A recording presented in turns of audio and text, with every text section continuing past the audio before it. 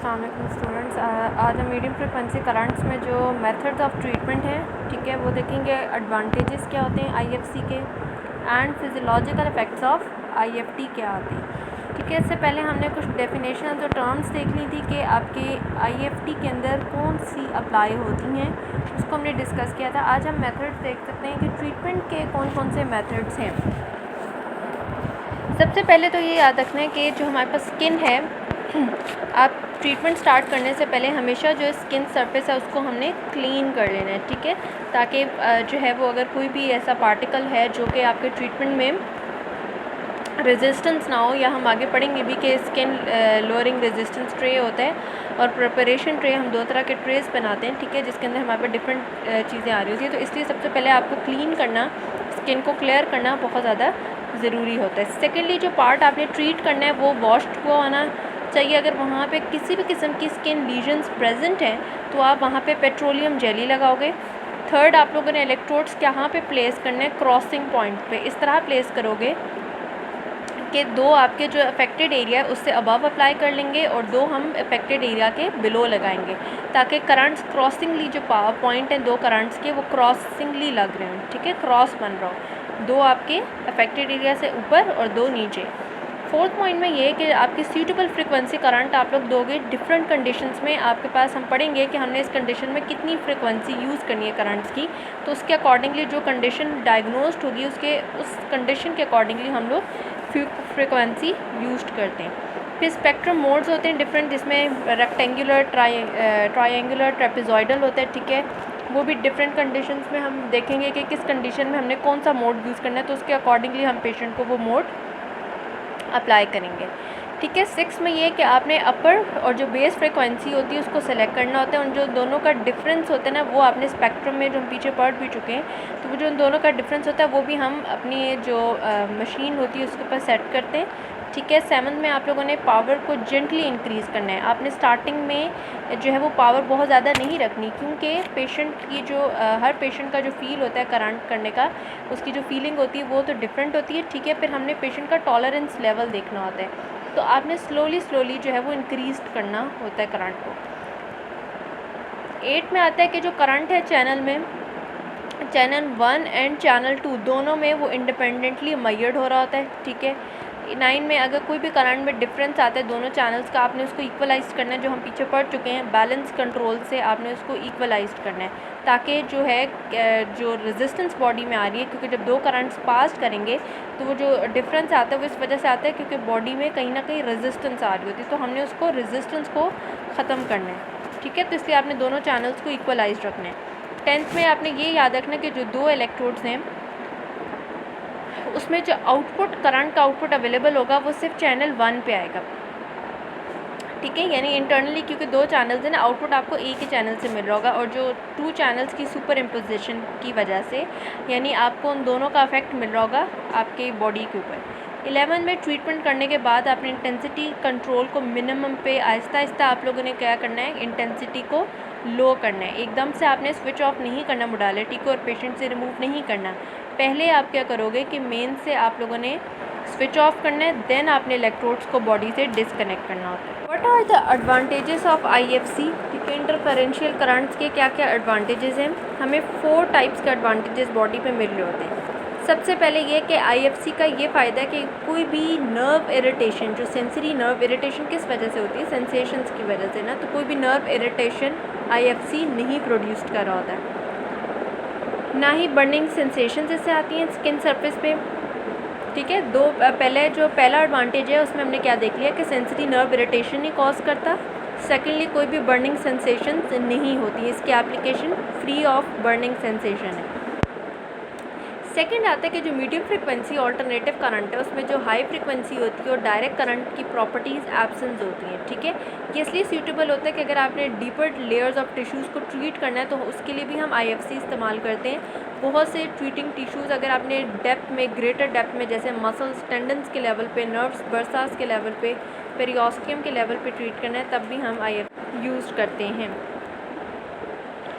Third में इसका ये एडवांटेज आ जाता है कि रेजिस्टेंस अगर आप लोगों की स्किन की मिनिमम करनी है तो हम इसमें 4000 हर्ट्ज़ की फ्रिक्वेंसी रेंज पेशेंट को देंगे, ठीक है। हायर डोजेस जो हैं वो बॉडी में इसलिए दी जाती हैं ताकि पेशेंट में किसी भी किस्म का डिस्कम्फर्ट ना हो। तो without any discomfort to the skin हम हायर डोजेस भी पेशेंट को दे सकते हैं। अगर उसको किसी किस्म का डिस्कम्फर्ट नहीं फील हो रहा, ठीक है, तो हम उसको हायर डोज भी दे सकते हैं। वैसे नॉर्मल जो उन्होंने रेंज आपको बताई वो 4000 फ्रीक्वेंसी रेंज हम लोग क्यों यूज़ करें, ताकि स्किन की रेजिस्टेंस आपको कम से कम मिले। फोर्थ में ये कि करंट आपका लोकलाइज्ड होता है, बहुत ज़्यादा स्पेसिफिकली ये ट्रीट कर रहा होता है बॉडी को। एक्सटेंसिव एरिया को भी आप लोग इससे कवर कर सकते हो, बट ये होता है कि इसका इफेक्ट बहुत ज़्यादा लोकलाइज्ड होता है और बहुत स्पेसिफिक एरिया में जहाँ पे आपको उसका इफेक्ट चाहिए ये वहाँ पे करंट प्रोड्यूस कर रहा होता है। तो हमने कौन कौन से एडवांटेज देख लिए कि कोई भी सेंसरी नर्व इरिटेशन नहीं प्रोड्यूस करता, बर्निंग सेंसेशन नहीं मिल रही होती है। सेकेंडली, अगर हमें डीपर लेयर टिश्यूज़ को ट्रीट करना है, मसल्स, टेंडन्स, नर्व्स, बर्सास को, तो हम लोग IFC यूज़ कर सकते हैं, ठीक है। अगर आपने रेजिस्टेंस को कम करना है तब भी हम IFC की फ्रीक्वेंसी 4000 हर्ट्ज़ रख के यूज़ कर सकते हैं। और अगर मोर स्पेसिफिकली आपने किसी एरिया को ट्रीट करना है, लोकलाइज्ड इफेक्ट चाहिए, तो तब भी हम IFC करंट यानी जो आपका इंटरफेरेंशियल करंट है वो यूज़ कर सकते हैं। अब नेक्स्ट आ जाते हैं कुछ फिजियोलॉजिकल इफ़ेक्ट्स, ठीक है। फिजियोलॉजिकल इफ़ेक्ट्स जो हैं वो इसके क्या क्या आ जाते हैं, अब वो हम देखते हैं इसके अंदर। सबसे पहले तो यही है कि जो इसके इफ़ेक्ट्स हैं वो ये है कि पेन को रिलीव करना, रिलीफ ऑफ पेन। आपको बेसिकली हम लोग क्यों यूज़ करें कि अगर किसी पेशेंट को पेन है तो हम उसको जो है वो सिम्टोमेटिक पहले तो ट्रीटमेंट देते हैं ना, कि अगर पेन है किसी एरिया में तो हम उस पेन को जो है वो ख़त्म करने की, रिड्यूस करने की कोशिश करते हैं। तो उसके लिए भी हम IFT इस्तेमाल कर सकते हैं। अब इससे होगा क्या कि IFT पेन पे कैसे काम करता है, ये जाके लोकल ब्लड सर्कुलेशन, जो लोकल आपके पंपिंग इफ़ेक्ट्स होते हैं ना आपके मसल्स पे, ऑटोनॉमिक नर्व्स वगैरह पे, वहाँ पे ब्लड सर्कुलेशन को ज़्यादा करता है, ठीक है। जब ब्लड सर्कुलेशन ज़्यादा होगी उसकी वजह से क्या करेगा कि आपकी ब्लड वेजल्स क्या करेंगी कि जो केमिकल्स होंगे उन लोकल एरिया से उसको रिमूव करना शुरू कर देगा, ठीक है। यानी लोकल इफ़ेक्ट उसका ज़्यादा करेगा ना, आपके मसल स्टिमुलेट, जितने ज़्यादा मसल स्टिमुलेट होंगे उतने ऑटोनॉमिक नर्व्स पे अफेक्ट आएगा और ब्लड वेजल्स केमिकल्स को रिमूव करना शुरू कर देते हैं। सेकेंडली, अगर हम short duration pulses frequency of 100 hertz पे यूज़ करते हैं, तो ये जो 100 हर्ट्ज़ की फ्रीक्वेंसी हम कब यूज़ करेंगे कि जब आपने लार्ज डायमीटर नर्व फाइबर्स को स्टिमुलेट करना है। एक स्मॉल डायमीटर होती हैं और एक लार्ज होती हैं। अगर हमें लार्ज नर्व डायमीटर फाइबर्स को स्टिमुलेट करना है तो हम IFC की जो फ्रीक्वेंसी रेंज है वो 100 हर्ट्ज़ लगाएंगे, ताकि वो पेन गेट के ऊपर जाके काम करे पोस्टीरियर हॉर्न पे, और वहाँ से नॉइसी सेप्टिव ट्रैफिक जो स्मॉल डायमीटर के ट्रांसमिशन है उसको ख़त्म करे। तो जब वो ट्रैफिक ख़त्म होगी, जब नॉइसी सेप्शन जो आपकी सेंसेशंस हैं वो कम होंगी, तो पेन क्या होगी, रिड्यूस्ड होना शुरू हो जाएगी, ठीक है। तो ये तो हमने देख लिया कि आपने पेन गेट के ऊपर आपको इफेक्ट चाहिए तो आप 100 हर्ट्ज़ की फ्रीक्वेंसी यूज़ करो। सेकेंडली, अगर 80 to 100 हर्ट्ज़ रिदमिक फ्रीक्वेंसी आप लोग यूज़ करोगे ताकि अकोमोडेशन ना हो, ठीक है। अकोमोडेशन को कम करने के लिए कि अगर बॉडी उस इफेक्ट से आदी होगी तो उस पर बॉडी का असर ख़त्म हो जाता है ना, तो उसको हम अकोमोडेशन कहते हैं। तो उस अकोमोडेशन के प्रॉब्लम को रिड्यूस करने के लिए हम रिदमिक फ्रीक्वेंसी यूज़ कर लेते हैं 80 to 100 हर्ट्ज़, ताकि बॉडी अकोमोडेट ना करे, ठीक है। अगर आप लोगों ने कोई भी डिसेंडिंग पेन सप्रेशन सिस्टम है, आप चाहते हो कि आपका जो पेन है वो सप्रेस्ड हो जाए, उसको एक्टिवेट करना चाहते हो क्योंकि वो डिसेंडिंग पेन सप्रेशन सिस्टम है, तो उसके लिए हम 15 हर्ट्ज़ की फ्रीक्वेंसी यूज़ करते हैं। वो जाके जो है वो स्मॉल डायमीटर फाइबर्स को स्टिमुलेट करेंगे और वहाँ से जो एंडोजेनस ओपिएट्स होते हैं, इनकैफेलिन्स इन बीटा, इनकैफेलिन और जो एंडोर्फिन्स होते हैं उनको स्पाइनल लेवल पे रिलीज़ करना शुरू हो जाता है, ठीक है।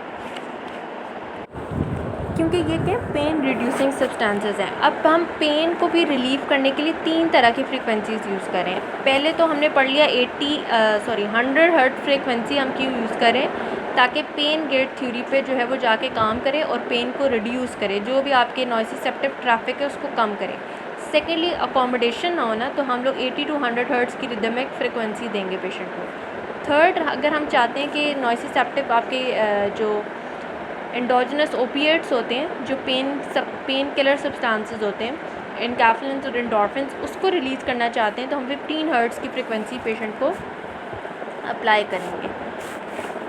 उसके अलावा सेकंड इसमें इफेक्ट क्या है कि मोटर स्टिमुलेशन है, ठीक है। नॉर्मल इनर्वेटेड मसल्स में अगर आपने IFT frequencies, normally innervated muscles हैं उसमें अगर आपने IFT देना है तो हम उसमें 1 to 100 हर्ट्ज़ की फ्रीक्वेंसी यूज़ करेंगे, ठीक है। अगर हमने ट्विच प्रोड्यूस करना है ना मसल्स में, वैसे अगर नॉर्मल कंडीशन से आप मसल्स को इनर्वेट करना चाहते हो तो नॉर्मल इनर्वेटेड मसल्स में जो फ्रीक्वेंसी 1 to 100 देंगे। अगर हमने ट्विचिंग उसमें कॉन्ट्रैक्शंस प्रोड्यूस करनी है तो हम 5 to 20 हर्ट्ज़ की पार्शल टैटनी के साथ ये फ्रीक्वेंसी होती है, ठीक है। उसमें पार्शल टैटनी भी आ रही होती है और लो फ्रीक्वेंसीज़ पे ट्विच प्रोड्यूस्ड होगा। अगर आप लो फ्रीक्वेंसी दोगे तो उसमें ट्विच प्रोड्यूस्ड होगा। अगर पार्शल टैटनी है, आपने देना है टैटनिक कॉन्ट्रैक्शन, तो हम 5 to 20 हर्ट्ज़ की फ्रीक्वेंसी यूज़ करते हैं। और अगर टैटनिक कॉन्ट्रैक्शंस, प्योरली टैटनिक कॉन्ट्रैक्शंस चाहिए तो हम 30 to 100 हर्ट्ज़ की फ्रीक्वेंसी यूज़ करते हैं, ठीक है। ये बहुत ज़्यादा इंपॉर्टेंट है, आपने फ्रीक्वेंसीज़ याद करनी है, तभी आपको पता चलेगा। आपके पास पेशेंट आ रहा है, आपने उसकी कंडीशन देख ली कि आपको पता चल गया कि इसमें आपने नॉर्मल इनर्वेशन देनी है तो उसकी फ्रीक्वेंसी आपने कितनी सेट करनी है। आप 1 to 100 यूज़ करोगे तो सिंपली आपको वैल्यूज़ याद होनी चाहिए, ठीक है। अगर रिदमिकल फ्रीक्वेंसी चाहिए आपको, आप पूरे मसल को कंप्लीट रेंज चाहिए आपको, टाइप यानी इन तीनों मसल कॉन्ट्रैक्शंस चाहिए आपको, तो आप 1 to 100 हर्ट्ज़ यूज़ करोगे, जो हमने ऊपर भी डिस्कस किया अभी, ठीक है। फिर इसीलिए हम पेल्विक फ्लोर मसल्स वगैरह के लिए, डीपली प्लेस्ड मसल्स के लिए भी IFT यूज़ करते हैं, ठीक है। थर्ड हमारे पास ये कि एब्जॉर्प्शन ऑफ एक्सुडेट्स, जिसमें 1 to 10 हर्ट्ज़ रिदमिक फ्रिक्वेंसी हम देते हैं। वहाँ पे वो रिदमिकली क्या करता है, पंपिंग एक्शन को बढ़ाता है, मसल कॉन्ट्रैक्शंस को इंक्रीज़ करता है, वहाँ पे पंपिंग एक्शन बढ़ता है और ऑटोनॉमिक नर्व्स पे जाके वो काम करता है, डायमीटर ब्लड वेसल्स के अफेक्ट करता है, जिसकी वजह से वो जो सर्कुलेशन होती है, यानी वो दोनों जो एक्सुडेट्स होते हैं और स्वेलिंग होती है वो भी कम हो जाती है, और एक्सुडेट्स के एब्जॉर्प्शन को भी हेल्प करता है कि वो एब्जॉर्ब होना शुरू हो जाए, ठीक है। सर्कुलेशन अच्छी होना शुरू हो जाए और एक्सुडेट रिमूव होना शुरू हो जाए, तो उसके पर्पज़ के लिए भी हम लोग IFC यूज़ करते हैं, इंटरफेरेंशियल करंट्स दे रहे होते हैं, ठीक है। तो ये इसके फिजियोलॉजिकल इफ़ेक्ट्स थे, जिसमें हमने 3 इफ़ेक्ट्स देख लिए, पेन रिलीफ के लिए, मोटर स्टिमुलेशन के लिए और एब्जॉर्प्शन ऑफ एक्सुडेट। इन सब की डिफरेंट फ्रीक्वेंसीज़ हैं जो आप लोगों ने याद करनी है कि किस कंडीशन में हमने कितनी फ्रीक्वेंसी पेशेंट को देनी है।